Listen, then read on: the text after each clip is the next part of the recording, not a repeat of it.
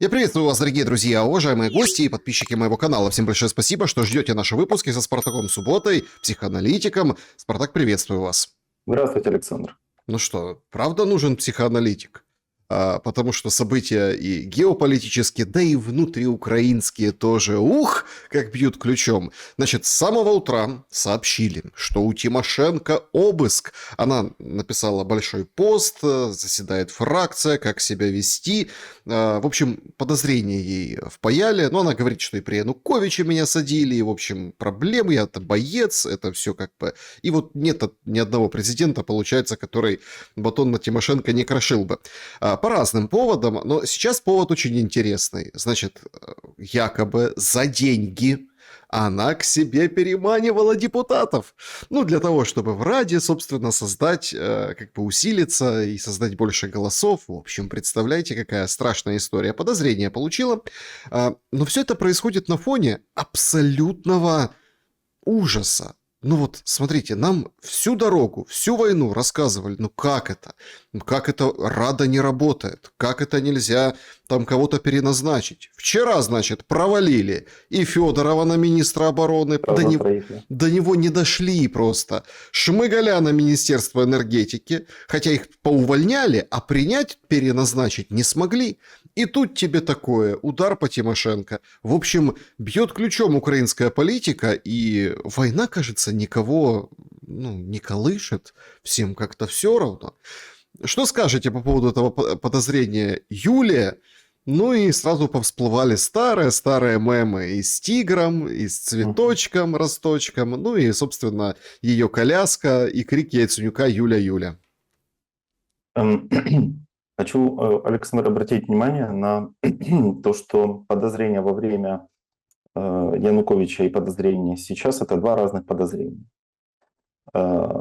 Разные причины и разная степень включенности. Если, допустим, власть при Януковиче была договороспособная, потому что была все-таки как ни крути, хотим мы это или нет, любим мы Януковича или не любим, она была ориентирована на хоть какое-то благополучие. Ну, то есть мы рассматривали с точки зрения социальной динамики, финансового сектора, развития Украины во время Януковича. И, конечно, будет выглядеть так, как будто бы я защищаю Януковича, но имеется в виду, что я говорю про конкретный период. Это единственный период в свободной, независимой Украины, когда смертность была меньше, чем рождаемость. Единственный, Александр, единственный период. И то есть почему это важно? Потому что подозрение в тот период, оно давало возможность все-таки как-то не терять свой политический статус. Подозрение сейчас, еще мы должны понимать, будем по каким конкретно статьям, что меняется. И понимаете, мы же еще не все знаем. Подозрение дается как по одной статье, а потом остальные статьи, они же дописываются, и по ходу вручается дополнительное подозрение. И обыски, на самом деле, нового там им ничего не нужно находить. Мы все понимаем, что обыски — это, по сути, обязательный процесс перед вручением подозрений. Поэтому с точки зрения вот именно психологически, как нужно это рассматривать? Нужно рассматривать как одну из таких маленьких цепочек в сети больших цепей. Есть такой эффект Ресторф его называют. Ресторф, эффект изоляции, это в ряду похожих объектов лучше запоминается тот, который выделяется среди других. Я сейчас объясню. Вот, например, есть ряд букв, там, допустим, В, Ц, К, А, потом идет одно число, 7, а потом дальше Ж, Ц, В ряду букв одна цифра ярко выражена. Значит, для чего это делается? Это гениальный ход с точки зрения склонения украинской власти к договоренностям. Как это работает? Дается большое количество подозрений. Вот там слугам, потом каким-то министрам. Тут дают Тимошенко. Это все обычные буквы. Потом появляется цифра, которая сильно выбивается из этого. И вот эта цифра, это будет коммуникация с Путиным, потому что вынужден будет Зеленский что-то делать. Делается это все для того, чтобы у украинского народа сформировалось понимание следствий от тех причин, которые будут влиять на власть в будущем.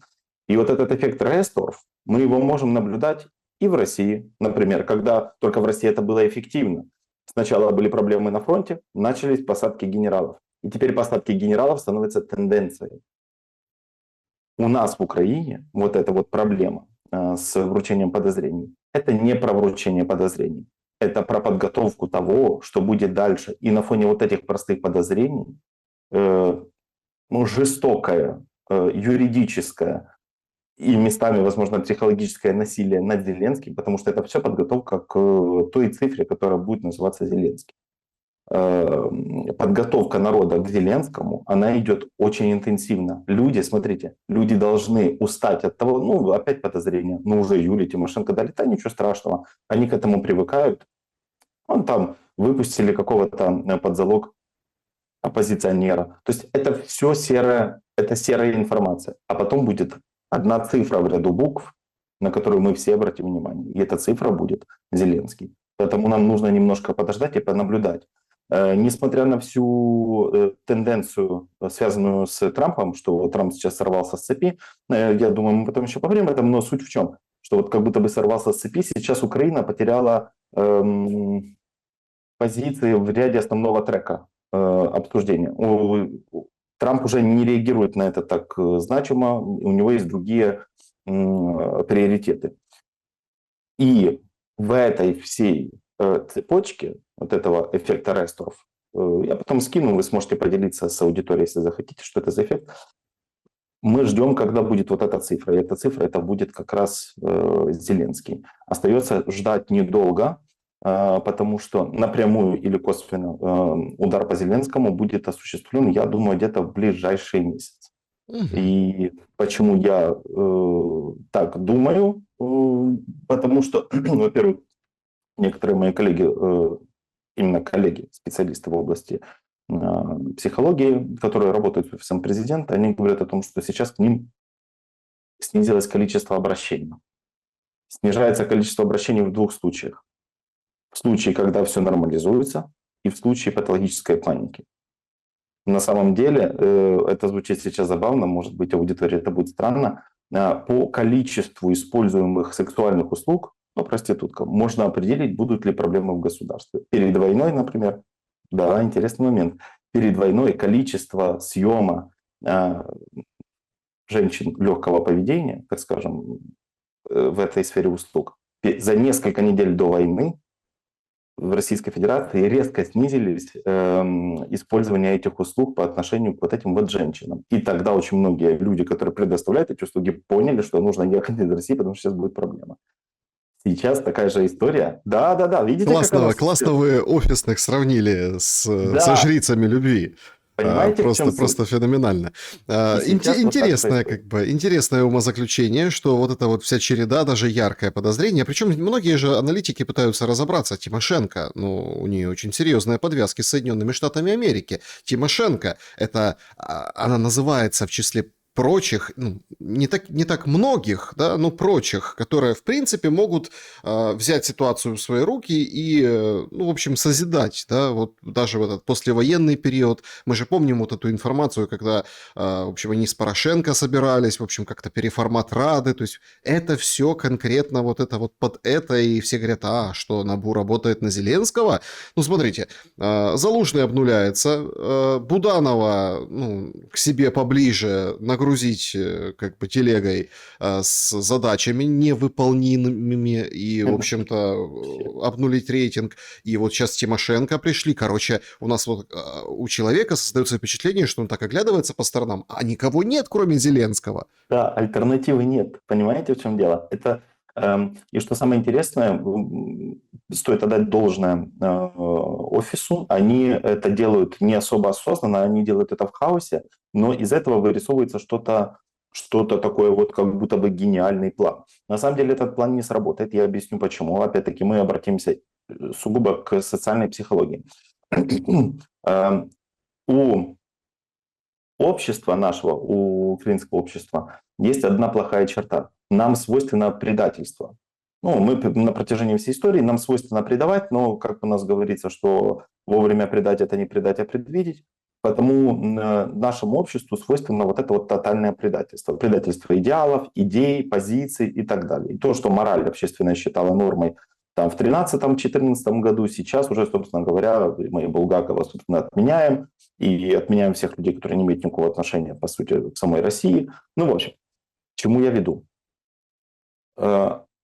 Почему эта стратегия по итогу не сработает?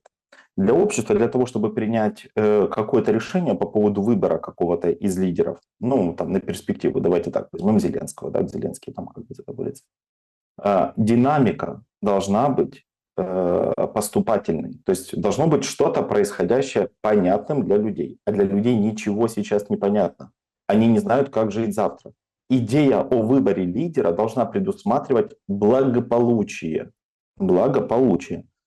У украинских людей, которые, ну, именно, я не говорю именно украинцев, украинских людей, людей, которые поддерживают Украину. Те, кто находится на территории Украины, мы едва ли можем говорить про благополучие. Посмотрите, что происходит. Электроэнергию там обещают до только к 15 часу, то есть двое суток, люди по двое, по трое суток сидят без электроэнергии, без воды. Не будет никакого шанса у Зеленского переизбраться в таких условиях. А я подозреваю, что Российская Федерация альтернативных условий нам не предложит, потому что морозы крепчают, и украинское общество начинает срываться. И в условиях, когда, помните, мы с вами разговаривали еще где-то, наверное, месяца полтора-два назад, мы обсуждали с вами такую тему, как разрыв эмпатии. Когда физиологические потребности не удовлетворены, человек не может выйти на более высокий уровень, мыслить о каких-то глубоких категориях. А теперь смотрите, офис с этим пережестил, и РФ помогло. Теперь, когда у человека не удовлетворяется самое примитивное, то он не то, чтобы не может правильно принимать решения, он отказывается принимать решения.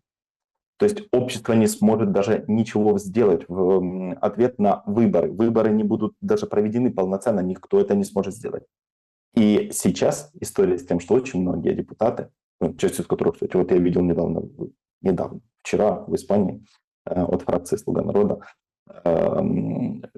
не собираются возвращаться. На вопрос: ты будешь ехать вообще, у вас не хватает голосов? Он говорит: ой, отстань ты со своими сложными вопросами. Я говорю: ты издеваешься, что ли? У вас, ну, типа, нет... Он говорит: так в этом-то и суть. То есть депутат говорит: в этом-то и суть, что наша задача сейчас не дать развалить все до конца. Мы хотим дистанцироваться от этого. Так подождите, Но а все разваливается до конца. Ну, вот если разобраться. В кое веке в воюющей стране нет вышеперечисленных ключевых министров. Люди в шоке. Они слушают этого замминистра энергетики, а тут он говорит: а я ничего не могу вам сказать. Да, там Кличко показывает, во Львове водопровод прорвали, там, ну, очередной раз, да, то есть там снегопады, мороз, на фоне ударов по энергетике. Кличко говорит: давайте доплачивать коммунальщикам, уезжайте, если можете. Включается вот эта борьба политическая, а вот в Житомире не так, а вот тут так. Это все, вот это варево Зеленский опустил на уровень, ну, местный. Хотя, говорит: нет, мне там отчеты приходят. Это как вот обыденность, отчеты. Я, простите, был немножко, как это, чтобы подбирать слова, обескуражен, когда Свириденко, премьер-министр, говорит: кабинет министров займется супермаркетами. А это ведь по поводу потребностей, это ведь ключевая вообще мысль. Опускается уровень до просто какой-то землянки, но не землянки УПА, а фактически. То есть человек не может находиться в городе, спуститься на лифте со своего какого-то там 15-го этажа и пойти в соседний супермаркет. У этого супермаркета заглох генератор, отключилось все, продукты хранения, в общем, ну, сроки, невозможно выполнить нормы, и они закрываются. Но мы быстро говорим: это ИПСО. Ну, мы, имеется в виду Центр дезинформации. Выходят все сети супермаркетов, говорят: это ИПСО, это нет, ничего мы не закрываем. Ну, просто проблемы, просто не работает. А в глубинке там проще. Свет по часам, супермаркет по часам. И это о потребностях, которые снизились, это о пище. И когда вот, понимаете, в чем дело? Вот опять-таки, самосбывающееся пророчество, кричат там: голод. Помните, как смеются над теми людьми, которые говорят: голод будет? Да какой голод, да что вы панику? Так а как в современном мире выглядит голод? Это когда ты не можешь добраться до места, где можешь получить еду за деньги, Мгм. да, купить еду. То есть, чтобы поехать надо в другой супермаркет или там в другой магазин, а это сложно, если у тебя нет там транспорта, а транспорт это горючка это генераторы, короче, все завязано и закручивается вокруг одного и того же. Ну и, конечно, вот эти замечательные кадры, когда очередное видео из Одессы, где льется масло подсолнечное. Вот просто... Понятно, что оно там на экспорт, понятно, что это... Но тем не менее, это ведь тоже как бы картинка такая впечатляющая. Поэтому тут мы приходим к какому полному коллапсу. И отказываются, получается, действовать все. Народ и вот эти его слуги. Зеленский тоже отказывается действовать. Так, а кто перезапустит ну, кто дернет эту ручку генератора, перезапустит эту историю? Кому это по силам сейчас? А вот некому. Вот понимаете, что самое интересное? То, что некому, а тот, кто мог бы, не заинтересован. У него другие задачи. Дело в том, что есть только два источника потенциальной безопасности для Украины. Первое – это когда сам источник опасности снижает интенсивность Российской Федерации. А второе – это тот, кто обещал быть гарантом, начинает реализовывать обещания.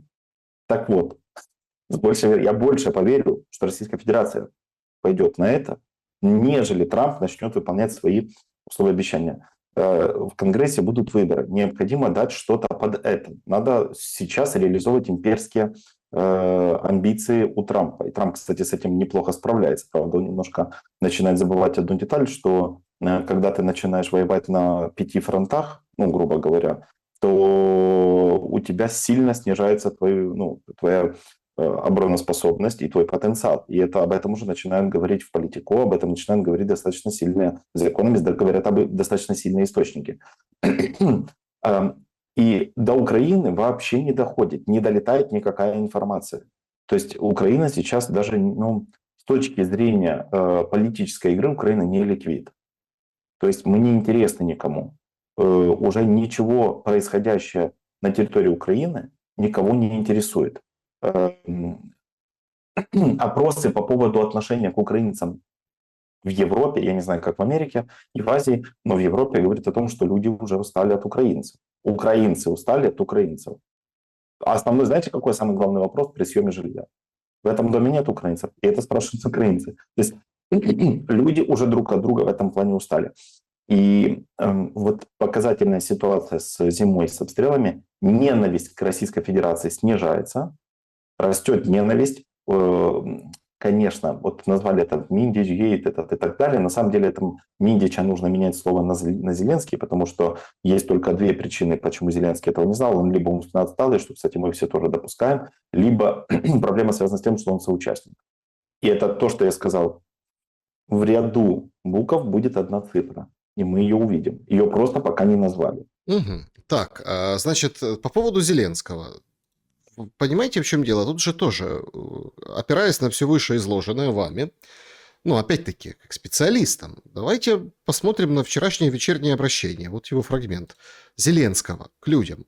Понятно, там тяжело, коммунальщики, но то, что он говорит о международных отношениях, то, что переводится как отчаяние. Провів сьогодні ставку. Питання захисту, ключові ракети для ППО, виробництво перехоплювачів, все необхідне постачання. Контракти, фінансування. Повністю це ми забезпечуємо. Важливо, щоб було реальне та вчасне виконання усіх домовленостей з нашими партнерами. То есть мы провел ставку, ракеты ПВО, контракты, финансирование, все это мы обеспечиваем. Но важно, чтобы было исполнение договоренностей. Програма Pearl потребує наповнення, і в січні зроблено ще недостатньо. Це завдання для всієї нашої дипломатичної команди, як Офісу президента, так і МЗС. То есть он уже нарезает офису и Министерству иностранных дел задания, давайте гонцы, Пурл или Перл, оружие, деньги на оружие для Украины не выполняется в январе месяце. Говорив з конгресменами США Лінсі Гремом, Річардом Блюменталем, вдячний за незмінну двопартійну підтримку Конгресу. У нас є зараз дуже Продуктивна робота з президентом Сполучених Штатів, з його командою. Деталі усього цього ми обговорили. Поінформував про ситуацію з російськими ударами, про потребу протиповітряної оборони. Говорили, як додатковий тиск на Росію може забезпечити сильні дипломатичні результати. І важливо, щоб у адміністрації США було якнайбільше інструментів для правильного тиску. Значит, давление на Россию должно быть правильным, говорит Зеленский. Он обсудил с Блюменталем и Грэмом. Грэм, который... Все сейчас напропалую заняты Ираном, там Иран, иранский народ, вот это вот все, давайте. А он поговорил о том, что вот поддерживать, но надо правильно давить на Россию. Ну так, а что с переговорами, Зеленский? Також говорили про програми підтримки, які ще не були реалізовані повністю та можуть бути використані. Зокрема, це стосується саме захисту неба.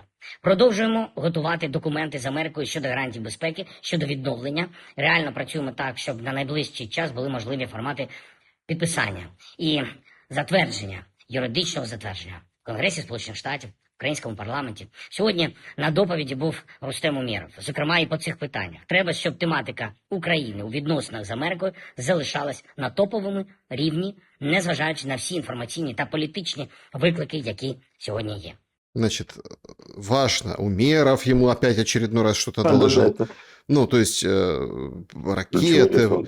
Значит, важно, чтобы мы в топе оставались. Смотрите, и вот тут очень интересная такая штука. Он говорит, важно, чтобы мы были в топе, и сам переходит к топ-теме. Підтримуємо позицію по Ірану. Режим, який там був стільки років, який вбив стільки людей, не заслуговує на існування. Зміни потрібні. Так само потрібні зміни тут, у Європі, кровопролиття, яке розпочала Росія, і яке тільки Росія затягує, повинно закінчитись. Ну вот, то есть и сам перешел к этой теме. Он на Фарси писал, сегодня утром тоже Украина, официальный аккаунт, ну, Министерство иностранных дел, тоже там мы плечом к плечу с иранским народом. Короче, видно, что это такая искусственная штука, ее надувают, этот пузырь информационный, пытаются это делать всеми силами, и Зеленский туда вплетается, с Грэмом говорит и так далее. Ну, слушайте, это прям какое-то отчаяние.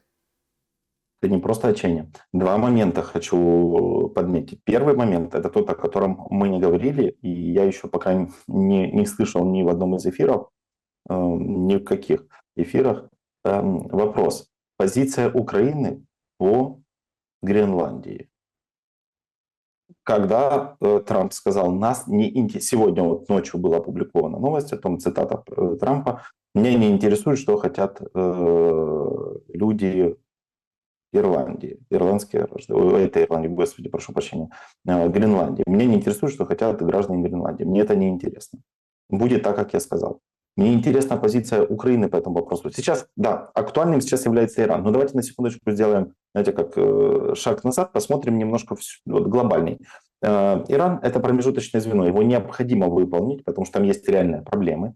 Его нужно выполнить. И тогда будет, мы опять возвращаемся к тому эффекту, что у нас будет тенденция. Все вопросы, которые затрагиваются Трампом, они актуальны. Значит, и вопрос с Гренландией актуален. Вопрос с Венесуэлой, у многих людей вопросы отсутствуют по этому поводу. Там понятно, какие-то проблемы, режим, Мадуро. Тут понятно, что с Ираном что-то не так. Значит, и с Гренландией. Значит, у них, у гегемонии есть возможность принимать решения по поводу своих имперских идей. И они будут правы.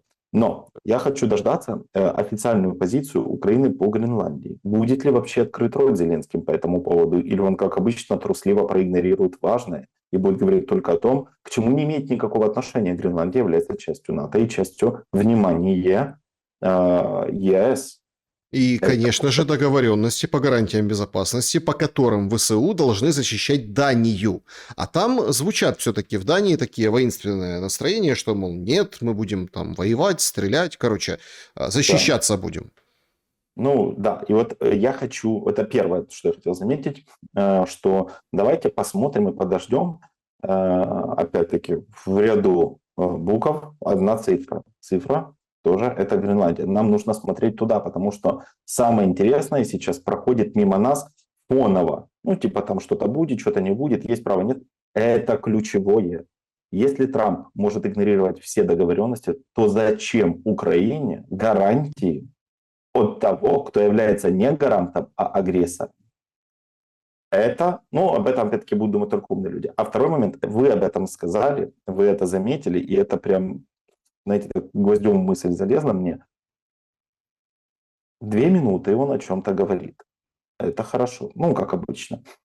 Но самое важное, то, о чем он не сказал, он обошел стороны вопросы коммунальной проблемы, катастрофы, кадрового паралича. Нет людей.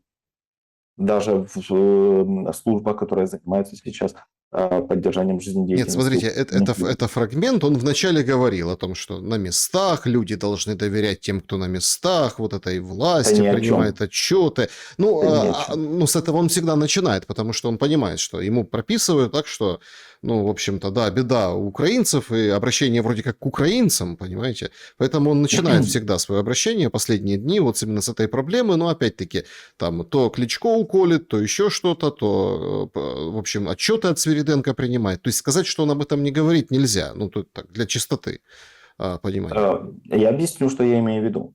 Он не делает это... Смотрите, он не видит в этом проблему. Или так, он не делает так, чтобы люди увидели в этом проблему.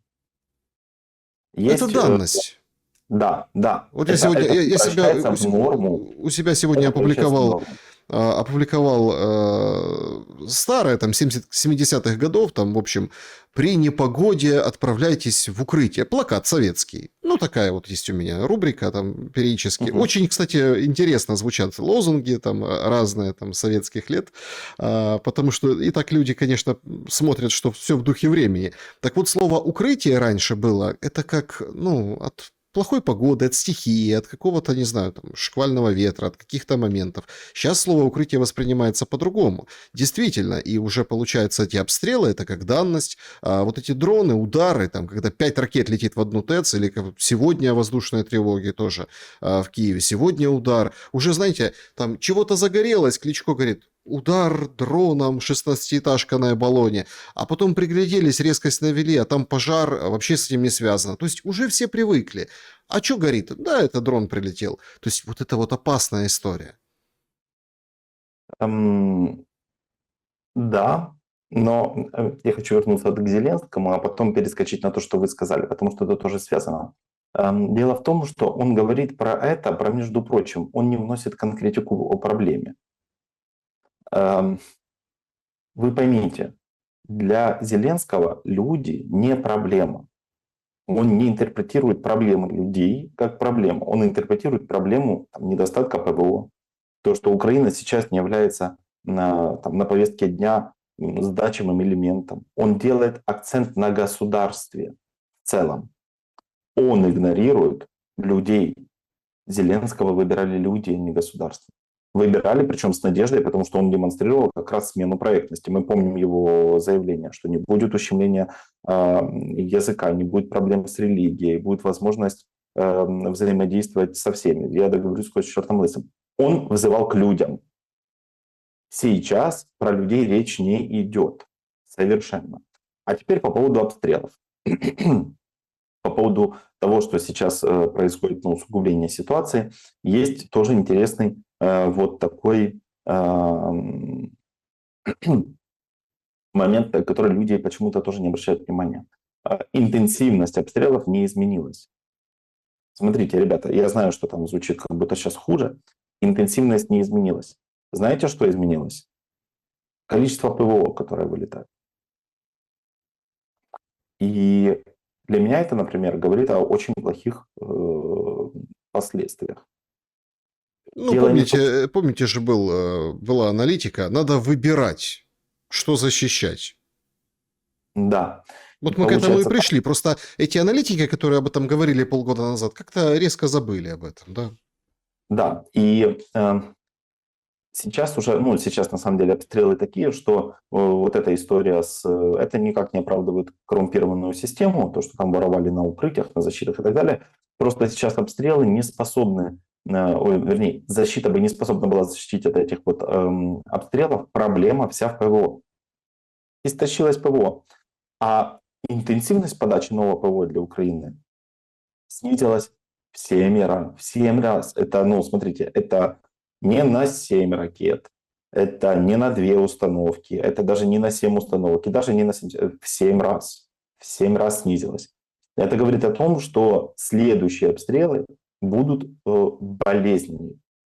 И демонстрация Российской Федерации, вот как будто бы у них отсутствует политическая воля в вопросах масштабных, это все для нас как будто бы расслабьтесь. Видите, они не реагируют, забрали у них танкер, они не реагируют. Ой, русские бесхарактерные.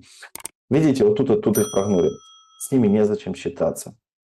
Индии они продают по дешевке топливо. Скоро загнутся. Это серьезный ход, стратегический. Смотрите, я смотрю на это только с позиции социальной психологии. Масс. То есть как это воспринимается массами. Мы не знаем, как там на самом деле, потому что нам нужно немножко времени, потому что это только-только раскачивается. Месяц проходит с момента таких жестких, четких обстрелов без возможности потенциала защитить. Значит, и пока у нас создается ощущение, что что-то там с Россией, они какие-то, как-то они вроде подпросели, политическую волю свою не демонстрируют, люди в доме замерзают.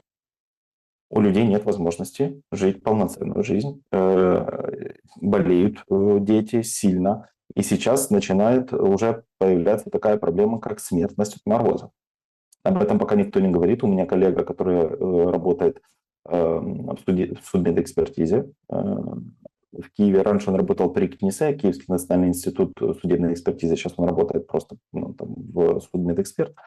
Так вот, он говорит: Спартак, за последние 17 дней нам привезли людей с обезвоживанием, замерзших насмерть, либо ампутантов, детей. Смотрите, не бомж какой-то, алкаш или еще кто-то, дети. И это на самом деле разрушает представление украинцев о возможности с чем-то бороться. Потому что, по сути, они вынуждены теперь бороться не с Российской Федерацией, а с властью. И люди выходят уже потихонечку начинать бойкотировать. Смысла в этом никакого нет, сразу скажу. Вот эти бойкоты, выходы на улицу, это бессмысленно, это не работает. Но это говорит о том, что в какой-то период прогибать волю раба можно только до того момента, пока он готов тебя выбирать дальше. Ну, то есть он должен жить плохо, но украинцы уже не живут плохо. Они существуют. И они существуют не просто плохо, а отвратительно. У них сейчас худший период среди всех дней войны. Сейчас какой? 1422, да, по-моему, день или какой-то вообще. Вот, смотрите, все, сейчас самый низ. Это пик отврата, с которым сталкивались украинцы. Люди умирают дома. И тем временем мы снова игнорируем этот момент. И мы делаем акцент на чем? Нам там должны дать ПВО. Не должны. Пока что среди новых закупок мы не наблюдаем. Ну да, должны выделить денежку, должны выделить еще, вот мы там работаем, всем задания. Но это, конечно, абсолютно меняет, как представление. Просто реальная жизнь не соотносится с тем, что говорит Зеленский. Безусловно, в этих ежедневных своих 4-минутных обращениях. Но мы вообще перешли в фазу, если так глобально, да, взять эту рамку, когда на людей-то плевать. И вот Трамп, например, да, они же сколько раз говорят, убивают на протестах, власть иранская убивает людей. Надо остановить убийство. Он говорит, остановите убийство. В Украине он то же самое говорит. Останови убийство, умирают там люди, я там против. И это нормально воспринимается, но это уже как должное воспринимается. А на самом деле отношение это к людям, оно же демонстративное. Да? Вот приехал в Детройт Трамп на завод, и там давал эти комментарии по Ирану и по многим, а ему там рабочий кричит с нижнего этажа, что ты по делу Эпштейна, да, вот ты защищаешь вот этих любителей детей не в том смысле, в котором нужно. Ну, вот, пожалуйста. Он показывает пальчиком, и раз ему средний пальчик. И еще говорят, что пишет там «послал» на 3 буквы. То есть, смотрите, вот вы говорите, то есть, это время такое. То есть, время, когда можно открыто там говорить, а я заберу Гренландию, а я вот это сейчас буду, а мы там меняем власть где-то, а мы еще, а вот мы украли Мадуро, там какой-то рабочий из Детройта, да пошел ты, и все. То есть, теряется не только вот, ну, какие-то, ну, не знаю, геополитические масштабы, да, просто теряется все. Так он же вроде как любит людей, он же за людей. Но когда слышит что-то неприятное в адрес себя, ну, вот так себя ведет. А, Предполагает, не предполагает, что его снимают. Но это же мода. Это вот сейчас так модно. Понимаете? Когда Трамп вот так себя ведет, я вот вспоминаю Зеленского, например. Помните, он в интервью американской Боже. телевидения там матюкался, вот И это вот, Фридману тоже он и там так, Фридману ну, тоже, и вот это вот да, вел все. себя. То есть у нас просто появляется, ну, время сейчас такое. Многие, кстати, люди пишут, когда вот я в прямом эфире там общаемся, в шуме, колобок, куда мы катимся, есть такая рубрика, люди пишут на почту, не просто там пишут вопросы, оставляют где-то для эфира, а это свои короткие истории. Они говорят, страшно, то есть что вообще происходит? Ну, вот такое жесткое столкновение с реальностью. То есть такая политика сейчас. Ты, Трамп, всемогущий, великий, тычешь факи какому-то работяге. Это дает виральность и смещает фокус внимания с того, что происходит на самом деле. Знаете, как это? Когда фокусник говорит, следите за руками, весь фокус происходит не там, где руки. Идея в том, я понимаю, почему это происходит, для чего это делается. Это делается не просто интуитивно по наитию и из-за тупости там, или еще чего-то. Это стратегический ход. Как бы это сейчас забавно и тупо не звучало, что там тыкнуть факт, кого-то послать. Это на самом деле это общая картинка вырисовывается, и она предусматривает общий стратегический ход. Смотрите, в мире резко меняется понимание того, кто такой негодяй.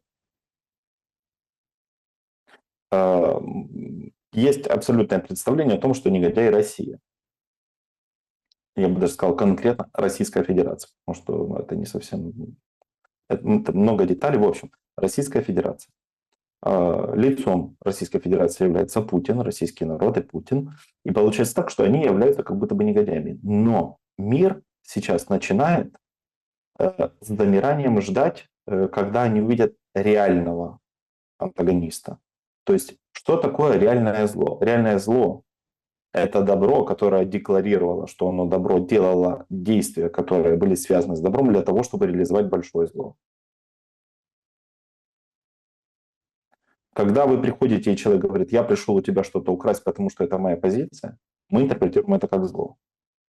Но это меньшее зло, чем если мы посмотрим на человека, который приходит к вам и говорит, слушай, я твой друг, сейчас я все тебе помогу. Он заселяется, постепенно отжимает у тебя жену, потом у тебя начинает забирать детей, тебя делает сумасшедшим, тебя выгоняют из дому, и он забирает твою территорию.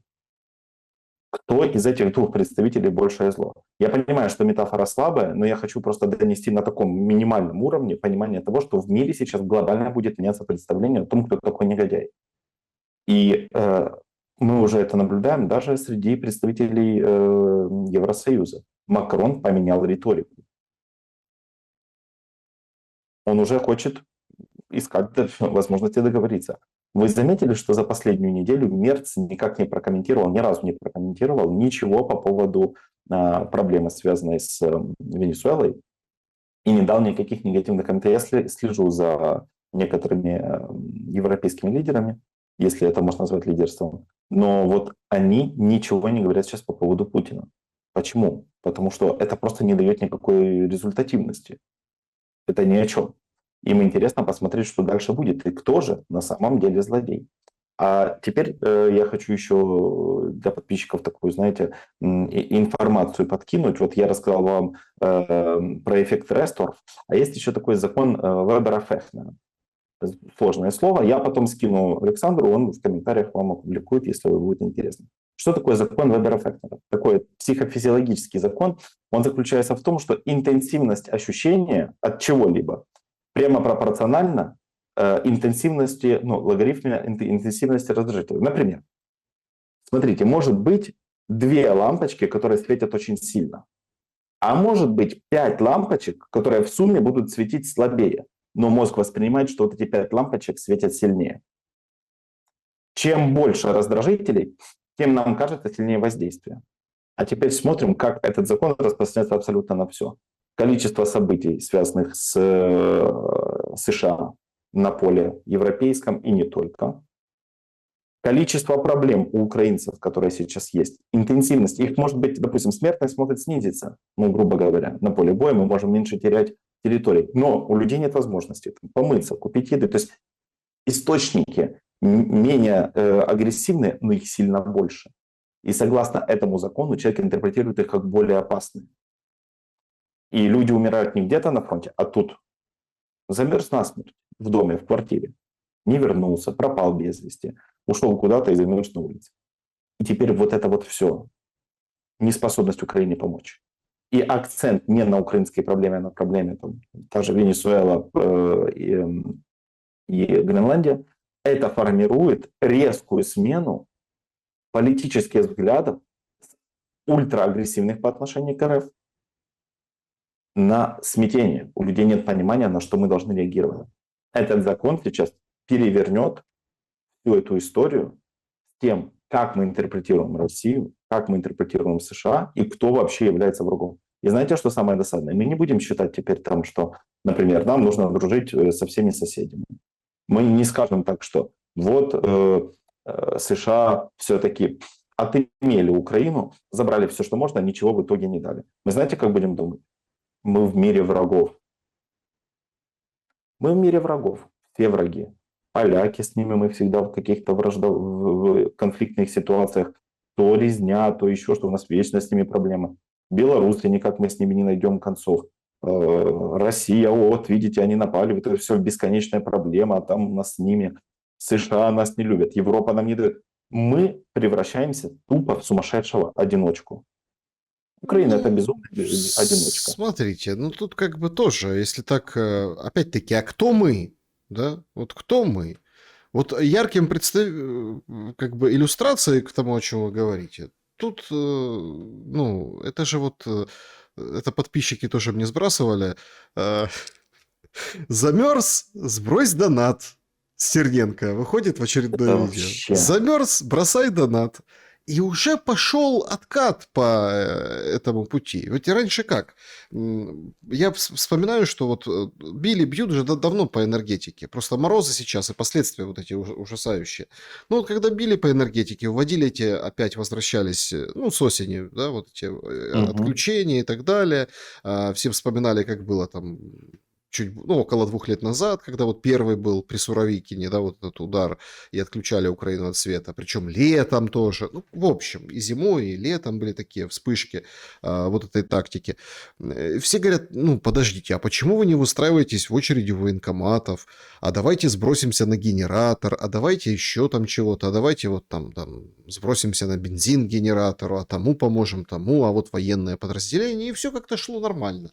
А сейчас даже Притула выходит и, ну, как бы говорит, что серьезнейший удар произошел по мозгам. И это вот как раз-таки самая тяжелая зима для Украины, потому что не донатят даже командирам подразделений, которые реально военный, у него подразделение, он на передовой, даже им не вот Притула що говорить. Разу йди візьми гроші у Міндіча, я не чув хіба що від бездомного пса в себе на районі, а так, в принципі, в соцмережах це заполонило. Стосувалося не тільки там наших волонтерських, наших ініціатив там по зборах на потреби армії. Я заходив під дописи про збори інших волонтерських ініціатив і навіть військових корпусів, бригад, які там кажуть, нам треба ось на це, поможіть. Люди пишуть, йдіть в Міндіча заберіть, військовим. Тобто, я би дуже хотів, звичайно, сподіватися. Ведущая в шоке тут такая, военным, говорит, идите к Миндичу, нам нужны там деньги, но идите к Миндичу. Що це все російські ботоферми, але реалії життя говорять, що, на жаль, не завжди. Тобто рівень агресії вже сягнув цієї історії. Це є величезний біль українського суспільства, це образа, яка кудись має вихлюпуватися, це плювок в лице людей під час війни, які погодилися на певну централізацію влади в руках обмеженої групи осіб. То есть, значит, плевок в лицо украинцам, проблема, болезнь общества, агрессию надо куда-то выплескивать, а это общество, оно же согласилось на, ну, как бы витиевато, ну, на вот этот авторитаризм, который сейчас запустил Зеленский. Все же согласны, а теперь, получается, надо куда-то девать агрессию. Что вы скажете по поводу этой глубокомысленной мысли? Понятно, что там деньги у Миндича забери, это ясное дело. Но это как реакция. А что глубже? В этом случае мы можем видеть тотальную демотивацию людей в донатах по причине, знаете чего? Просто даже отсутствия возможности использовать интернет. Сейчас селебрити, вот вне зависимости от денег, у них вот серьезные проблемы. Нету, просто вот нету, если нет у тебя генератора, то тебе зарядиться негде и так далее. Люди мучаются даже с пауэрбанками, это там носятся. И идея о донатах, она не демонстрирует преимущество в этой войне Украины над Россией. Более того, моя позиция по поводу донатов Стерненку или Притуле, не приведи Господь, короче, им вообще донатить, объясню почему. Если у вас есть какой-то знакомый, конкретный знакомый, который на фронте, близкие люди, и вы понимаете, что вы покупаете какое-то имущество, это одно дело. Но сбрасывать на фонды любой ваш донат, вот смотрите, вы донатите 1000 гривен. Это минус 1000 гривен из бюджета в карман людей, которые будут, собственно говоря, эти деньги забирать. А теперь я объясню, как это работает. Значит, представляем, это очень упрощенная схема, но она вам будет понятна. 1000 долларов выделяется, допустим, на поддержание армии. Дается команда свыше. Мы знаем то, что если блогеры отказываются собирать какие-то донаты, их просто канцелят, уничтожают. Дается задача собрать 1000 долларов. Эти люди начинают собирать 1000 долларов, потому что та 1000, которая была выделена, она уже не существует. Она уже потрачена, украдена. И нужно как-то компенсировать. Люди собирают, допустим, 2000 долларов. Власти думают, отлично, слушайте, целых 2000, мы еще 1000 заберем и 1000 отправим. А потом думают, зачем отправлять 1000? Отдадим 500. И это все рассыпается. Вот уже один сотрудник, уже один военный написал под постом у Стерненко, говорит, я начинаю ненавидеть это все. Говорит, они на моем видео, где я еле-еле вышел, чуть концы не дал, собрали на дроны 4 миллиона. А я, когда попросил дрон, они мне отправили сломанный, без батарей дрон. Сказали, что нет финансирования. Это военный, говорит, еще раз, ребят, это тот военный, на видео которого заработал Стерненко. То есть любой ваш донат – это продолжение боевых действий, потому что пока вы донатите, есть возможность воровать. Люди это не совсем понимают. Люди думают, нет, надо же донатить, пацанам надо. Ребята, вы не понимаете, до пацанов это не доходит. Это просто тупо не доходит. Если ваш лично какой-то родной не находится на фронте, он не получает на свою карту эти донаты, то это просто тупо туда не доходит. История с этими донатами, она была раньше актуальна, когда вы на конкретную бригаду это собирали. А теперь настолько сильно скомпрометировали себя вот эти великие донаторы, такие как тот же Стерненко и тот же Притула, не приведи Господь Лачину, это вообще это отдельная тема.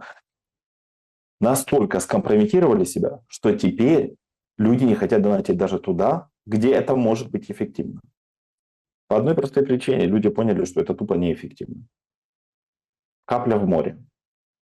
И кто-то говорит, вот задоначенный броник спасло мне жизнь.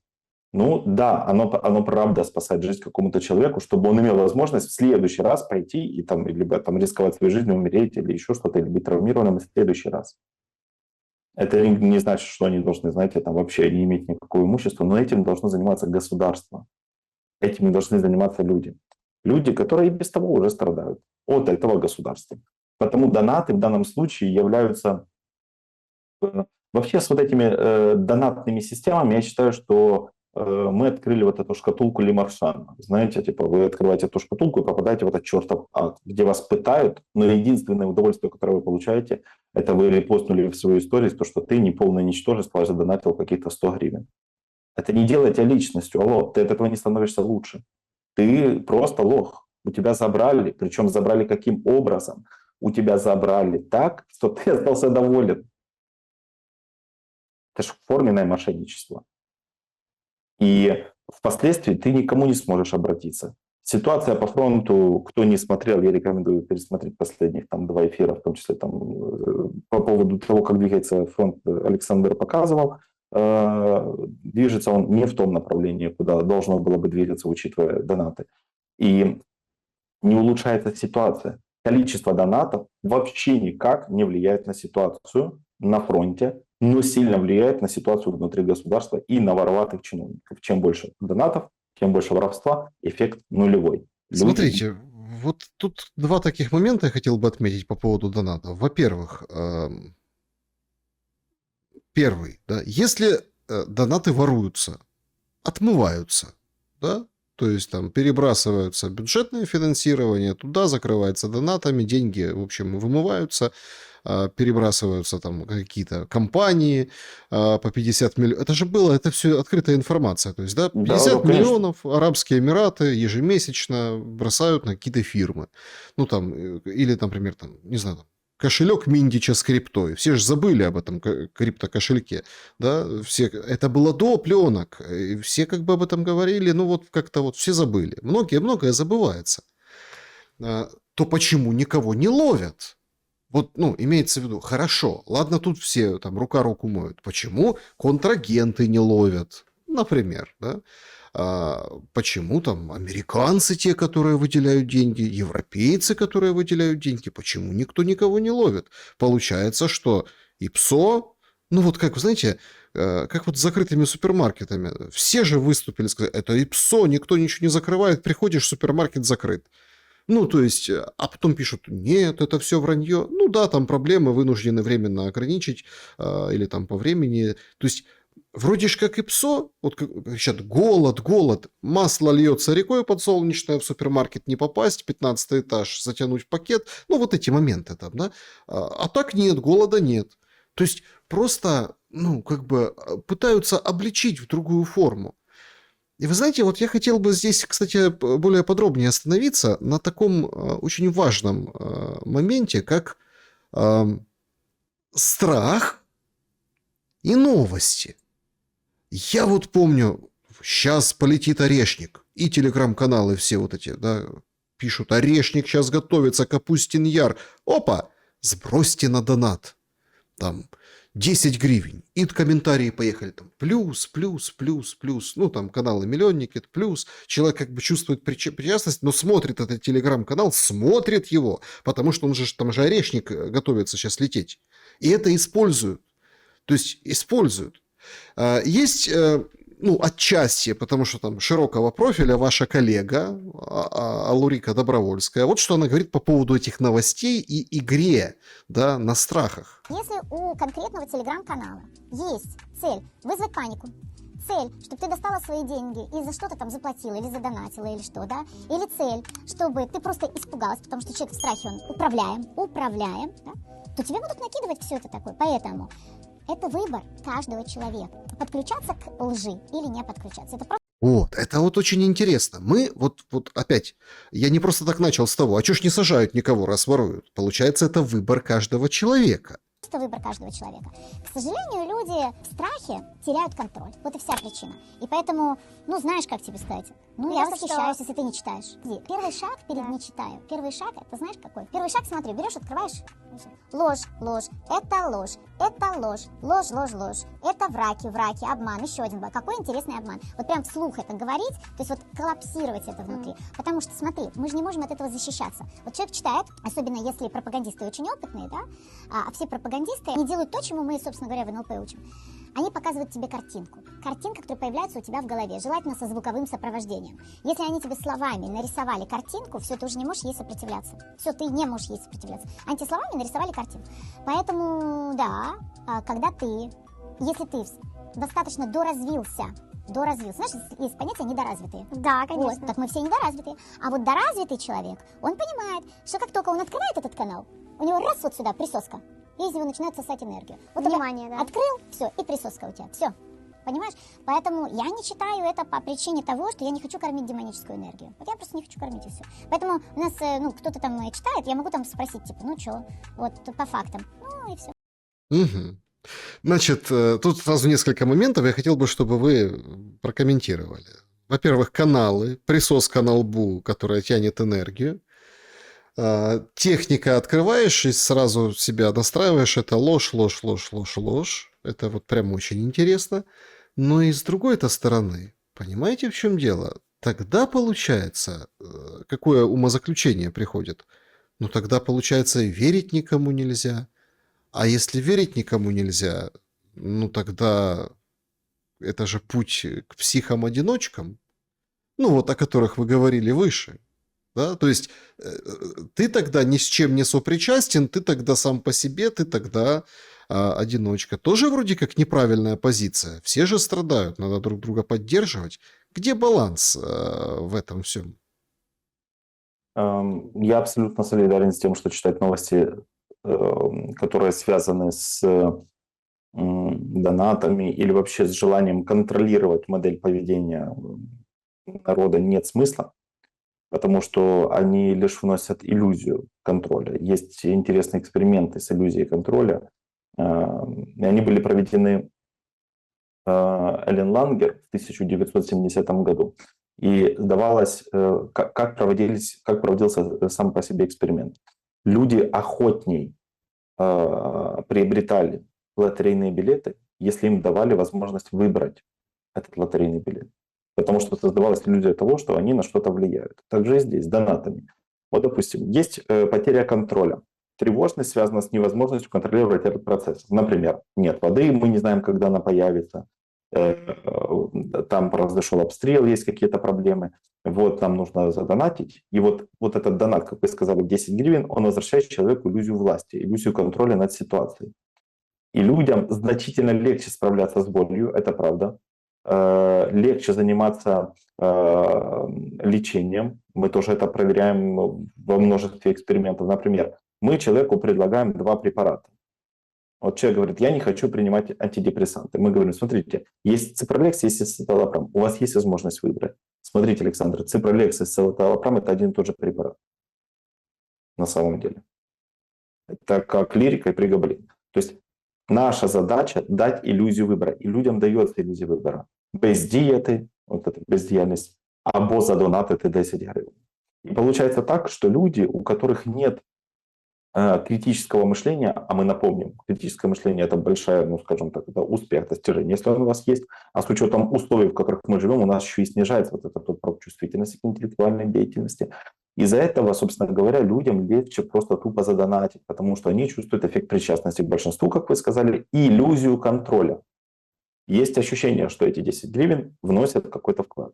Никакой положительный вклад донаты не вносят. Это кто-то должен об этом сказать, но это, я не знаю, может появиться какой-то герой, который скажет на каких-то национальных каналах, это никакой положительный вклад донаты не вносят, кроме возможности воровать снова. Особенно, что связано с вот этими 50 миллионами, чтобы вы понимали, недавно обращался один украинский министр к моему очень близкому товарищу, который занимается, у него там фондовая биржа и все остальное, фондовая биржа, это криптобиржа, и вот, собственно говоря, вот он занимается вопросами вывода денег.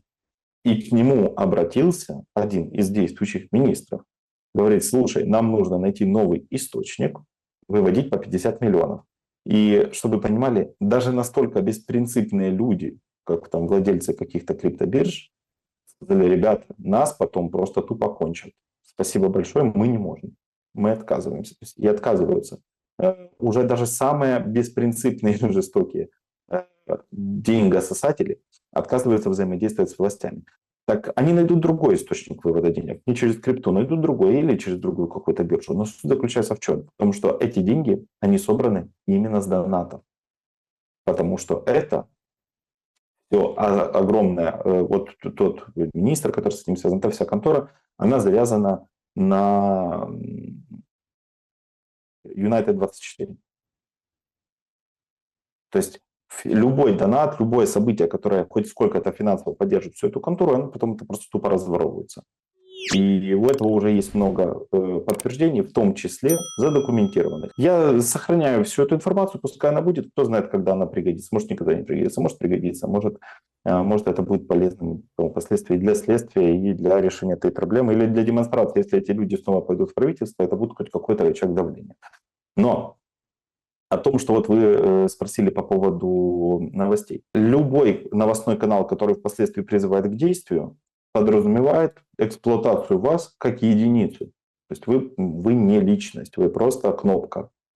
Потому всякие новости с призывами, особенно задонатить, я бы рекомендовал минимизировать. В принципе, я бы рекомендовал читать как можно больше альтернативной информации. Оппозиция является, наверное, единственным источником альтернативной информации. Ну, опять-таки, оппозиция дело же условное, понимаете? Вот, Конечно. вот казалось бы, да, это же тоже как-то интересно. Вот Гордон воюет с Ивановым и Петровым. Это ж вроде как не Их оппозиция. борьба. Не, ну правда, это же вроде все же за Зеленского, все же просто кто-то больше, кто-то меньше. Вот там Гордон публикует пост. 2 русских заднеприводных из Исландии приплыли, скоро будут обнародованы факты. Срочно им нужно повеситься, чтобы этих 2 рта с разорванными там задницами поскорее сдохли. Ну вот так пожелал Гордон. Все думают, что это он вдруг? А тут, ну, выяснилось, один на кладбище бронь имеет мемориальном. Другой в энергокомпании с Миндичем связанным, представляете? А они себя нормально чухают, продолжают пихать Гордону. Вот примерно в таком духе. Гордон – це скуф. Тобто він заскуфився. Навіть Комаровський на його тлі не виглядає скуфом, тому що Комаровський, він буквально всю свою кар'єру побудував на тому, що він скуф. Коли він був молодшим, він уже був скуфом. Він такий був, знаєте, добрий доктор Айболіт, оце от все. Мені здається, що використовувати сучасні жаргонізми до таких людей, як Гордон, до таких людей, як Комаровський, це робити їм великий комплімент. Вони старе добре слово лайно, вони старе добре слово зрадники. Гордон, який говорив, що Зеленський підпише капітуляцію, що Путін сильний, а Зеленський слабий. У нас тепер в топі YouTube, він у нас авторитетна людина. Шуфрич виходить під заставу. В Верховній Раді України знаходиться партія ОПЗЖ. Що буде за рік? Вам розжувати? Чи ви всі чудово і без мене це розумієте? Вы понимаете из того ряда, который работник кладбища Петров нарисовал, что будет через год? Шуфрич выходит, Гордон предатель. Это не скуфы, это предатели. Это вот вы понимаете, что будет через год? И постоянный акцент. Акцент на том, что Зеленский подпишет... Вот, смотрите, формулировки важны. Зеленский подпишет капитуляцию, Путин сильный, Зеленский... То есть он делает акцент на том, что он Зеленскому, ну, что Гордон Зеленскому не друг. Хотя на самом деле они все присосаны к одному источнику. То есть это какая-то, знаете, такая... Для меня это выглядит как очень странная борьба братьев, один там чуть старше, другой чуть младше, за внимание человека, которому на них вообще плевать. Потому что у них отец алкоголик, он вообще не имеет никакого отношения к ним, ему плевать, у него другая задача, он ищет, где бы напиться, ищет источник водки. А они борются за право получить, там, не знаю, похвалу от папы, типа, вот вы молодцы, там что-то добились.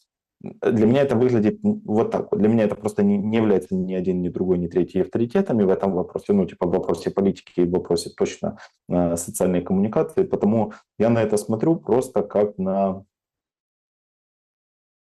Это типа как трагикомедия, я не знаю. Такая. Жаба-гадюкинг есть такое слово. Но Ну, ведь вот такое. Да, ну, серьезно я к этому относиться не могу. То есть, в принципе, мне нечего сказать по поводу... А по поводу брони мы с вами уже как-то тоже говорили. По поводу брони этих ребят. Ну, а кто не забронирован? Все забронированы. Просто если сейчас начать копать, кто из них на чем, то поверьте, кладбище – это не самое убогое место, где можно было бы забронироваться. Не будучи ни ветераном, никем, я считаю, что есть значительно более нелепые брони, о которых многим на самом деле известно. Но смотрите, это все происходит просто на фоне ужесточившейся мобилизации. Этих видео тонны, и всех касается, и всех регионов, всех там уголков прям поперли. Вот историю рассказывает одесситка о своем сыне. Очень такая, ну, душещипательная история. У мене син 3 дня шукала, ішов вечором додому, 27-го чи якого там числа, ішов додому в 11 вечора, а другої, Садовий, на Гавану, і пропав. Я його шукала, не могла знайти, обратилась у міліцію. Вони мені сказали, дежурний, дайте, ксерокопія паспорта є? Я кажу, є, телефон є, є. Я пробив по комп'ютеру, пробив, виходить, каже, у вас син в 11-й больниці на Воробйова лежить в больниці. А що случилось? Ми не знаємо, що случилось. Я говорю, а що він там? Каже, ми не знаємо, що він скоро везли откуда. Ми не знаємо откуда. Поїхала я в больницю, ну вже було поздно. На другий день узнала врача, що оперував, що привезли з Г-442, а то й міліція, де я узнавала. І не признавалися. Можете собі представити? Я його побачила в комі його, знайшла. Коротше, привезли його в 3 з чим-то. Ушов друга в 11 вечора, а возле міліції оказався в 3 часа ночі. Де його возили ТЦК, де його били ТЦК, ніхто не знає. Йому удалили гематому, випиляли кусок кості. Каже, якщо б на мене 20 позже привезли, ми б його не спасли. І міліція не хотіла ні заявлення від мене приймати, нічого. Потім прийняла і брешуть, що його другі взяли і не знаємо, де він. Він там упав, а бордюр голову сам розбив. Справедливості в нашій країні ніколи не буде, коли не поміняється правительство наше. Хто такі закони создає, що на вулиці ловлять? Людина їде на роботу, ловлять, б'ють. Ну, вот так. Вот, пожалуйста, история. Ну, нет И никому справедливости. нет дела. И никому нет дела, понимаете? Ну, то есть вышел 11 вечера, ну, то, чтобы успеть до комендантского часа, перестрели в 3 часа ночи, он уже с пробитой головой, операция, больница, все. Ну, как бы, какая справедливость? Как можно вот так? Надо всех менять, правительство, говорит женщина. Нет, менять правительство не поменяет всю ситуацию в государстве. Нужно менять общий вектор. Нам нужно заканчивать в первую очередь войну, потому что у меня создается ощущение, что закончить войну как будто бы хочет только Трамп в Украине. И то он как будто бы мотивирован больше всех остальных. В Украине никто заканчивать войну не хочет. Украинцы по каким-то очень специфическим странным вопросам готовы воевать. 65% готовы терпеть эти условия, даже если война будет продолжаться. Хотя на самом деле у меня тоже вопрос по поводу этого. Мне кажется, сейчас самое время провести повторные опросы и посмотреть на их позицию по этому поводу.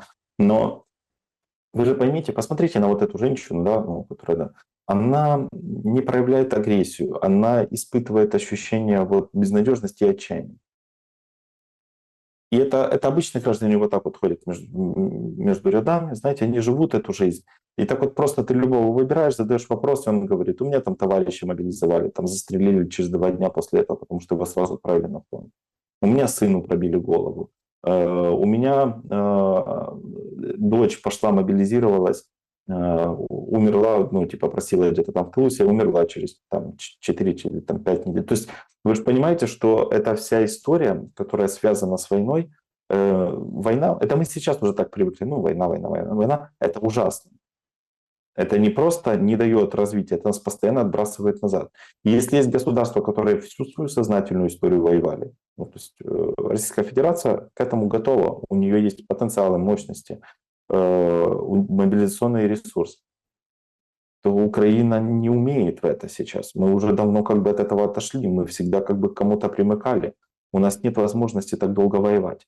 Даже с поддержкой Запада, даже если эта поддержка будет колоссальной. У нас просто, ну, даже мобилизационный ресурс у нас отсутствует такой. Мы не можем воевать просто чисто логически. И вот люди, которые говорят, а что, мы уже отдали столько жизни, остановиться. Ну, это называется эффект невозвратных издержек. Получается, что мы потеряли столько людей, значит, нельзя останавливаться, нужно потерять всех остальных. Так а что делать? Ну, вот смотрите, вот что делать? Я вот всегда прям... Опять-таки, это же, понимаете, вот эта женщина, это же горе какое-то, страшные вещи произошли, да, с ее сыном, где, что, непонятно, но это же система, вот в этом же, вот, наверное, вот ключик, это система. Помните вот эту систему, когда люди бежали за границу, да, за деньги, переходили, причем там большие облавы были, потом люди немножко там по-другому начали прорываться, пробивать машинами заграждения, шлагбаумы, в обход очереди там на мотоцикле, ну, в общем, такие были, да. Они же тоже замерзали в горах, они же тоже тонули в этой Тисе и так далее. И эта система, вот опять-таки, отсутствие логики. Логично, и это логично, когда они поднимали цены за то, чтобы незаконно перейти. Ну, когда вот на границах СБУшники создают вот эти группы, снимают деньги с вот тех, кто хочет бежать, и накрывают вот эту группу из 5, 6, там, 10, 20, по-разному человек. Все понимают, что ну, так не бывает. Вода, она где-то должна просочиться. И тут, внимание, как гром среди ясного неба, Следство.инфо, журналисты, получили документы, сопоставили цифры из сухого чиновничьего, составили табличку.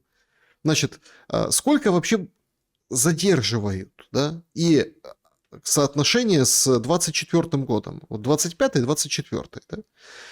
Беларусь плюс 336% пытаются уйти. Это первое по росту направление. Первое по росту. То есть второе, понятно, Польша, там Словакия, Румыния, Венгрия, Молдова. Вот такая табличка. То есть там сейчас. Почему? Потому что стоит $16 тысяч за двоих. Цены для безопасного выхода уже, как бы, ну, понятное дело, они примерно одинаковые, но там по традиционным западным направлениям выше. Недавно в Ровно, я показывал вчера во время прямого эфира, с обморожением нашли людей, они просто заблудились в лесу, и, в общем, там ужас что. И нашли, они даже двигаться не могли. Они идут в Беларусь. В Беларусь. Ну, там, понятное дело, нельзя же говорить, что они там в Беларуси планируют остаться или из Беларуси будут пытаться двигаться в другом направлении. Это же нельзя такое сообщать. Поэтому говорят, из Беларуси есть путь в ЕС.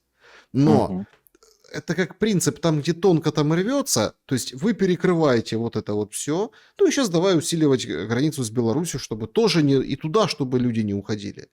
То есть это как бы... Клетка замыкается, прутики ремонтируются, но все больше и больше людей, глядя на вот это обращение с собой, хочет бежать.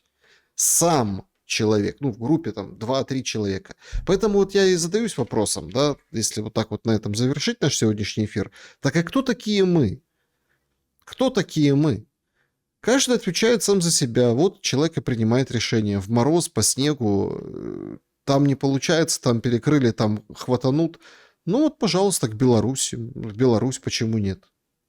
Я считаю, мне хочется считать, что мы – это проактивные граждане, которые способны показывать свое волеизъявление даже в непопулярных решениях. Я хочу считать, что это мы. Люди, которые остаются в сознании, и мы должны оценивать не куда они бегут, в Беларусь или Польшу, а откуда он. И что люди готовы платить за это деньги.